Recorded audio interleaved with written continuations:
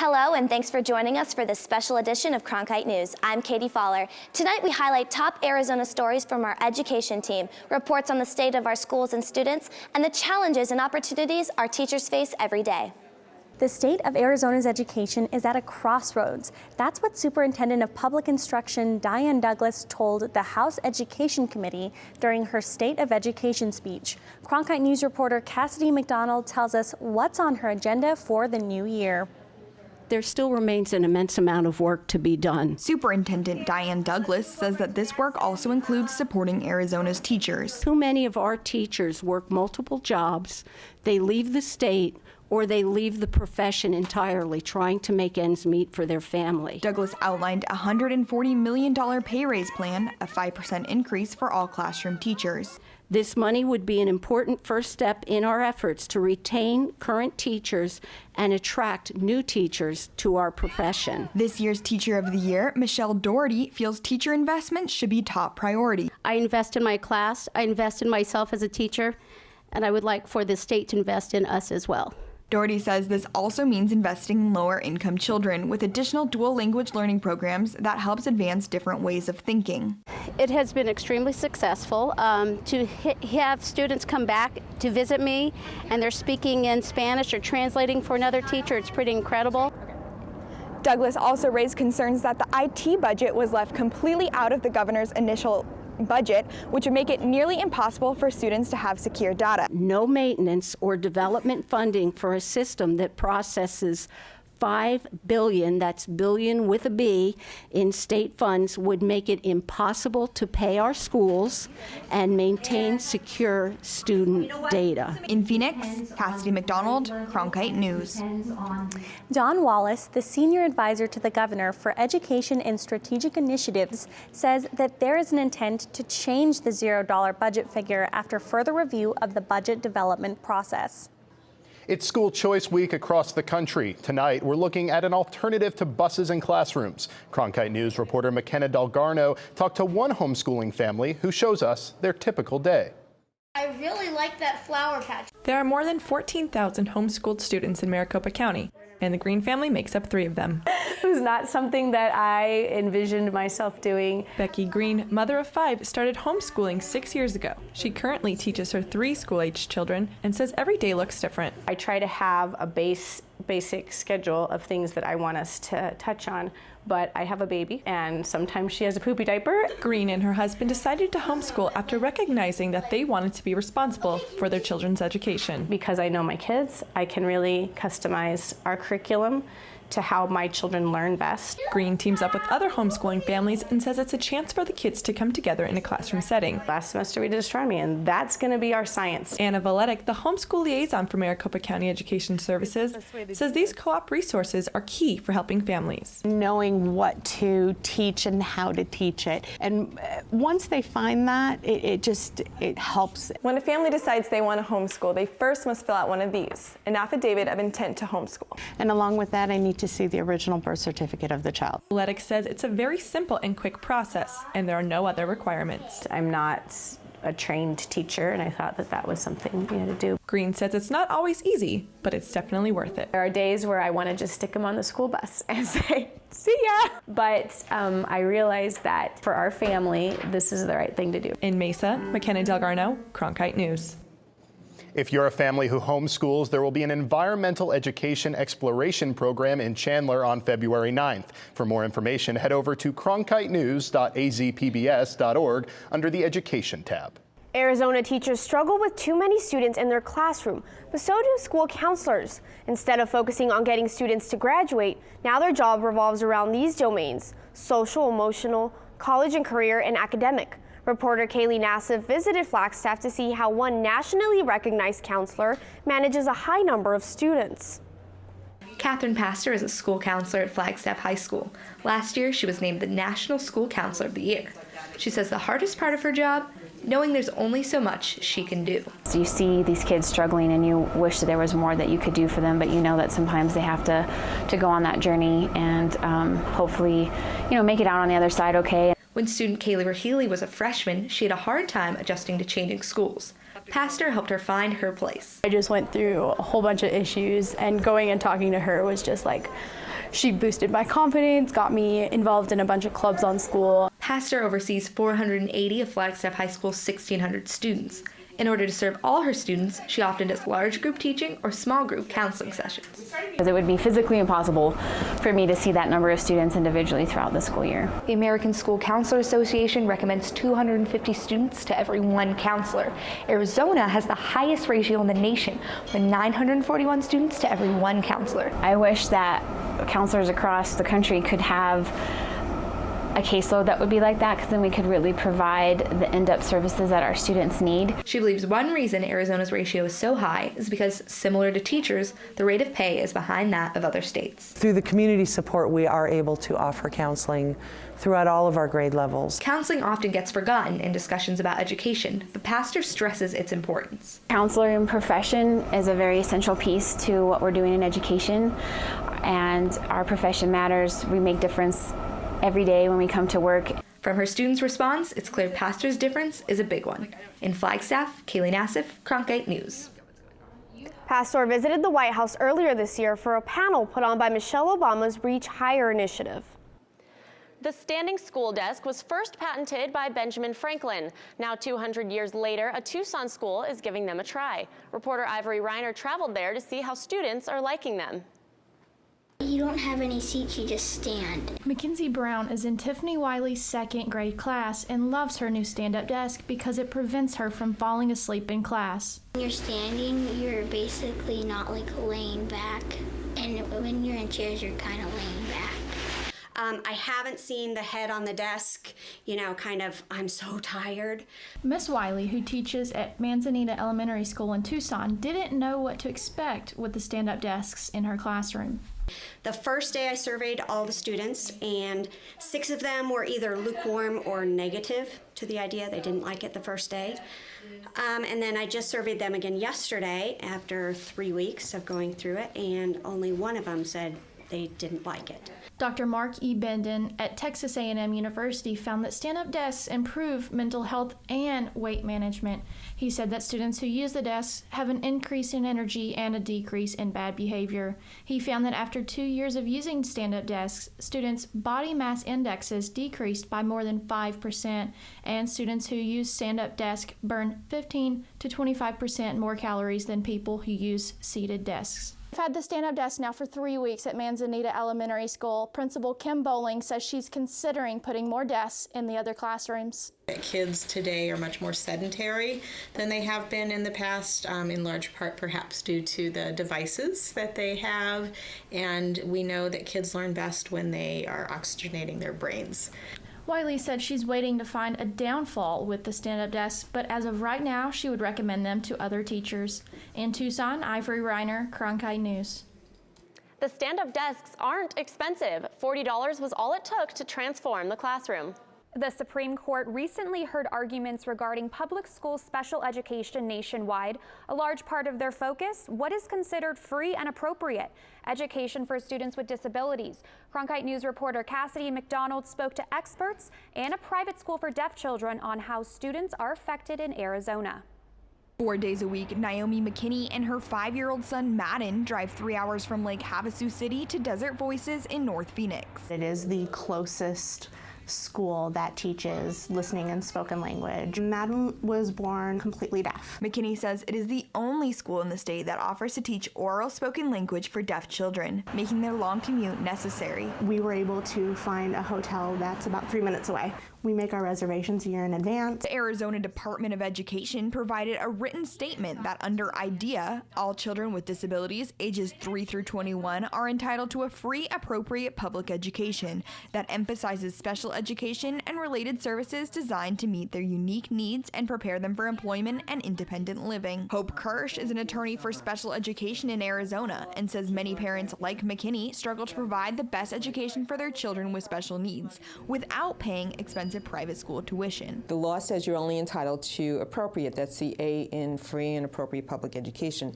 You're not entitled to what's best for your child. Kirsch explained that public schools are often reluctant to fund private schools for special education and are only required to prove that the child has made some amount of progress in public school. The parent is saying, I want my child to make more progress. Well, how do you know the child can make more progress? Parents of children with disabilities say, just like anyone, they want the very best for their student. The public school, unfortunately at home, they did not have a listening and spoken language program, and that is the only mode of communication that we wanted our child to use. Executive Director Deanne Chapman says Desert Voices is one of the few private schools that provide scholarship to all of its students. We get zero government funding, and we have to raise about $1 million a year to run the school. Partnerships between public and private schools like Desert Voices will give special education to students who normally wouldn't have the financial means to attend private school. If it weren't for this school, my son would not be talking. It's the best.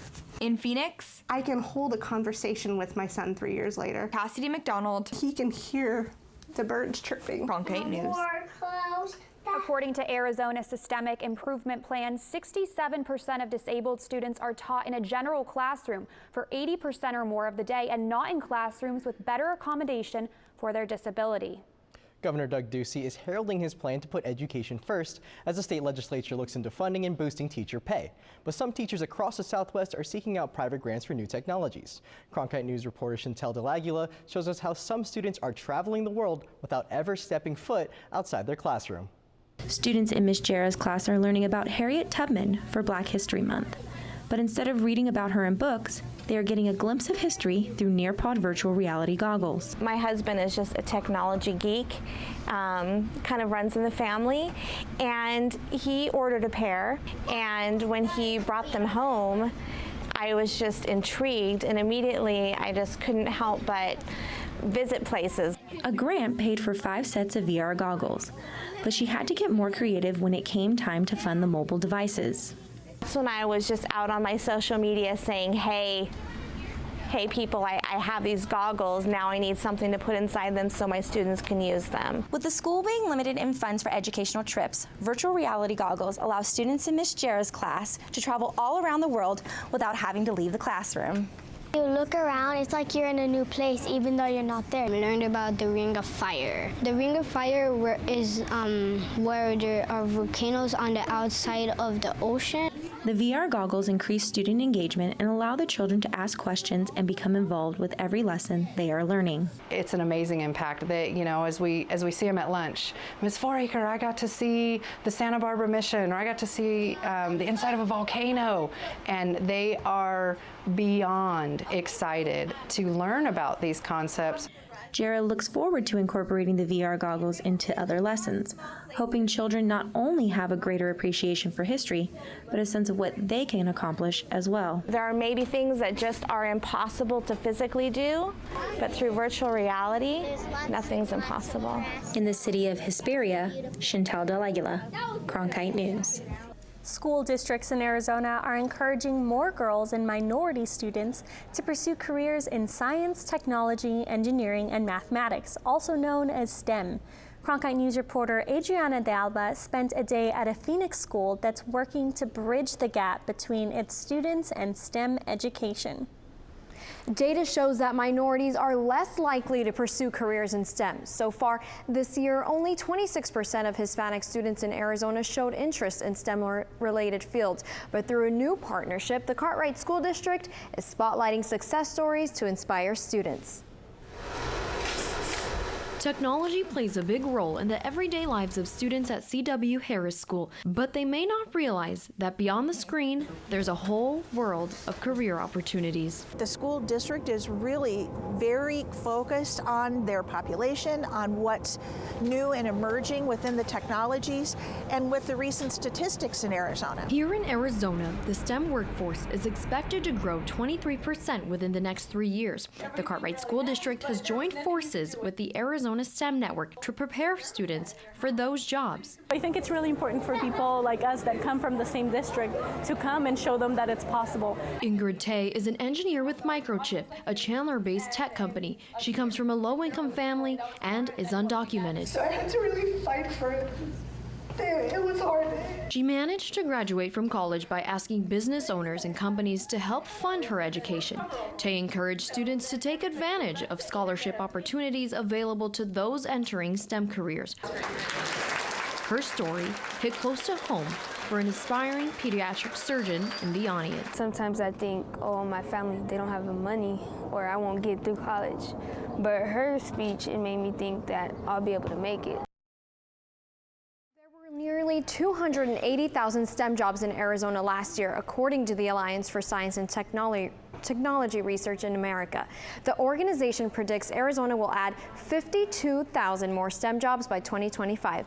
In the Broadcast Center, Adriana de Alba, Cronkite News. Some special zip codes in Arizona are getting targeted support in helping high school dropouts succeed. In 2013, Arizona had the highest dropout rate in the country, 7.8%, according to the U.S. Department of Education. Though that's dropped to 3.4%, certain counties have higher spikes. Reporter Kaylee Nassif tells us how the Zip Code Project is helping disconnected youth get back in school. Teenagers drop out of school and become disconnected for a variety of reasons: homelessness, teenage pregnancy, mental or physical disabilities, immigration status, or even trouble with the law. I was going to parties and just hanging out with the wrong crowd. But Paula Alvarado is working to get back on track. She's now a student at Genesis Academy, an alternative charter high school in Phoenix. Alvarado is just one of the young adults that Genesis Academy helps every day. There is no student that we don't know their name. If we don't get a hold of them, we get a hold of their aunt, their uncle, their grandma, whatever, to find out why they're not in school and get them in school. Genesis City, the agency that runs the school, is one of the organizations working with the Zip Code Project. When the project began last year, it targeted Chinle, Maryvale, South Phoenix, and Ajo, all of which have high rates of dropouts and unemployed young adults. What we're doing is going around to different high-need areas around Arizona and pulling together community groups of action, which includes business, education, and government, and nonprofits. The youth disconnection rate is 1 in 7 across the country and 1 in 5 in Arizona. It's one of the biggest problems that the Zip Code Project is hoping to tackle. After feedback from educators and nonprofits, the Department of Education decided to expand the project. This year, they plan to add 3 zip codes and produce dropout prevention toolkits. But for young adults like Alvarado, the most important thing is being noticed. They tried pushing me because they saw potential in me. So I think that's what helped me become who I am now. The Zip Code Project plans to continue building partnerships and expand to every county in Arizona by fiscal year 2022. And the First Amendment Forum, Kaylee Nassif, Cronkite News. For students struggling with dyslexia, school is a challenging and sometimes frustrating place. A new bill could implement a universal dyslexic handbook for school districts to use throughout the state to help these students. Cronkite News reporter Joe Constantine talked to the lawmaker behind the bill. Everyone was starting to become familiar with reading and advancing while I was trying to desperately sound out a word. Students dealing with dyslexia testified before the House Education Committee on Bill 2202. Nearly 17% of the U.S. population has some form of dyslexia. 14 states have what is known as the Dyslexia Handbook, a universal handbook for all districts to use in order to define, diagnose, and help students with dyslexia. Arizona is not one of them yet. We reached out to Ohio, Alabama, Texas, and we talked to them about what worked for their state, what didn't work, and we basically took a look at lessons learned, and we took the pieces from the other states where they were successful, and then we made that into our own Arizona handbook. At the Wellington Alexander Center in Scottsdale, teachers work with students who have been diagnosed with dyslexia. The sounds are spoil. John Thomas is one of the many students who come to the center every day to combat their dyslexia. Students at centers like this one use things such as learning blocks and thinking charts to realize that words are made up of sounds. Take out the it, put in it. Center Director Stacy Fredheim is in favor of the bill. She hopes it could benefit students with more resources and earlier diagnosis.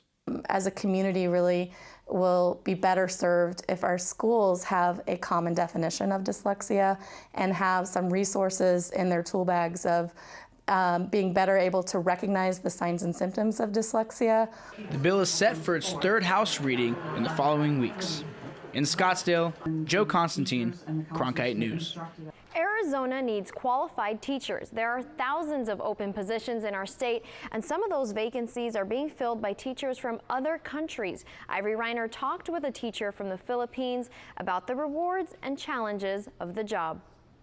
I feel like a princess or a queen. It was so huge, it was complete, it has a sink, it has desks. That is how Honeycate Araza felt when she walked into her new classroom. She is from the Philippines, here on a work visa, teaching 2nd grade at Amberlea Elementary School in Phoenix. We needed this opportunity financially, so I can financially help my husband support and raise our kids. Araza made $375 a month teaching in the Philippines. Here she brings home $3,000 a month and has health insurance, and sends the money back home to her 3 children and husband on the other side of the globe. Focus, focus. Matt Williams, who manages the teacher exchange program, said the Philippines has viable candidates that can support his students. The pay over here is much better, and that's where it's a win-win. We fill our teacher shortage, and they have a pay that is substantially higher than in the Philippines. Lily DeBlue, superintendent at Pendergrass Elementary School District, said education should be treated like an investment. The teacher is expected to come into the classroom, get a degree, many with master's degree, start at maybe in the $30,000 when they have loans. How can you expect people to be attracted to this amazing field if they can't even support themselves and be treated with the respect that they deserve? 2 months ago, there were 2,166 teacher vacancies in the state of Arizona alone. Pendergast Elementary School District has hired 58 of those teachers through the Work Visa Teacher Program. Araza plans to return to the Philippines to see her husband and children for Christmas this year. In Phoenix, Ivory Reiner, Cronkite News. As of right now, there are still over 2,000 teacher vacancies in the state of Arizona. Countries like Finland consistently land on lists for one of the best places to receive education in the world, which has been credited to their tradition of connecting hands-on experiences with environmental education. Cronkite News reporter Cassidy McDonald traveled to a nature-based preschool in Gilbert to find out how outdoor education can help in developing young minds. According to Dr. John Ratty, a brain researcher at Harvard University, consistent exercise such as walking can affect the way that your brain is able to focus and deal with stress. For example, here are 2 photos from a report on fitness.gov that shows 20 student brains taking the same test after sitting quietly versus after walking for 20 minutes. This is Greenhouse Montessori. Jennifer Papp is the director of the school in Gilbert and says that being a nature-based preschool puts an emphasis on hands-on learning outdoors. Making sure that they are learning a respect for the earth, creatures, the sustainability aspect of it. Papp says preschool-age children learn best through hands-on experiences outdoors, like discovering simple machines. They were trying to lift something that was really heavy. Somebody put a shovel under a stump and the other person stepped on it and they said, "It's moving." And I said, "That's a lever. You just discovered a lever." Sarah Tolk is a parent at Greenhouse Montessori. She said she decided to send her children to a nature-based school because she wanted to give them a foundation for how the world and nature work. How we interact with nature. It is going to teach them that we need to care for the earth. We need to care for this great planet of ours. Papp says they teach this through interactive projects. We have a rain barrel, we have gardens, we have a worm farm, compost. However, some psychology experts, such as director of ASU's Child Study Lab, Ann Kupfer, feel that outdoor learning isn't necessarily the biggest key to early childhood development. It's through a notion called embodied cognition. We know now that cognition doesn't just occur in the brain. It also occurs throughout your entire body. Kupfer says that preschool ages 1 through 5 is the time frame when play is extremely important. They don't necessarily have the language development to kind of understand things just through a purely brain cognitive function. It's their bodies that learn. We have to remember that this is a classroom. We do look for opportunities to teach them and expand on what they are discovering. Hands-on seems to be a key component to learning, whether inside or out. In Gilbert, Cassidy McDonald, Cronkite News. Teachers all across the state have ideas on how to increase learning in the classroom. Some by using technology, others by using different materials like wiggle chairs. But many times, those items are not in the school's budget. McKenna Delgarno shows us how some are finding alternative ways of funding. With a lack of funding for public schools, materials needed for students can be hard to come by. Right now, all of the stations in the room are being run by DonorsChoose materials. Christy Gordon, a second grade teacher, creates projects through a website called DonorsChoose.org. You can get eggs to make you have higher points. The website is designed for people or companies to support classroom projects by donating money. Neil Feather, the president of SiteLock, says they donate to give back to the community. We wanted to be able to give students opportunities to interact with technologies that they may not have had an opportunity to. But that's not the only way companies can get involved. Hillary O'Brien, the principal of Madison Campbellview Elementary, says their school made a partnership with the company McCarthy. I just think that there are some challenges that we face in public education, and I think that it takes a village, and we're all here for the kids. McCarthy has donated several items to Madison Campbellview Elementary. Things like books, a clothing drive, and even a golf course, just like the one right behind me. O'Brien says oftentimes companies don't know how they can get involved. It doesn't always have to be monetary. Sometimes it's just the gift of time. Schools are often looking for volunteers, and companies can help fill that role as well. Look at that. Good job. There's so many things that we've gotten. It's great to have community support. Whether donating money, materials, or time, teachers and schools rely on that community support. In Phoenix, McKenna Delgarno, Cronkite News. Thanks for joining us for this education special edition of Cronkite News. For top stories anytime, go to cronkitenews.azpbs.org and follow us on Facebook and Twitter. I'm Scott Pelley, anchor and managing editor of the CBS Evening News. In our changing media landscape, it is crucial for journalism education to ensure a commitment to the truth, unbiased reporting, strong ethics, unwavering fairness, and above all else, accuracy. These are the hallmarks of ASU's Walter Cronkite School of Journalism and Mass Communication. It's a place where students can innovate and transform the news industry while always upholding the values of the school's namesake. The Cronkite School at ASU, preparing the next generation for a stronger future of journalism.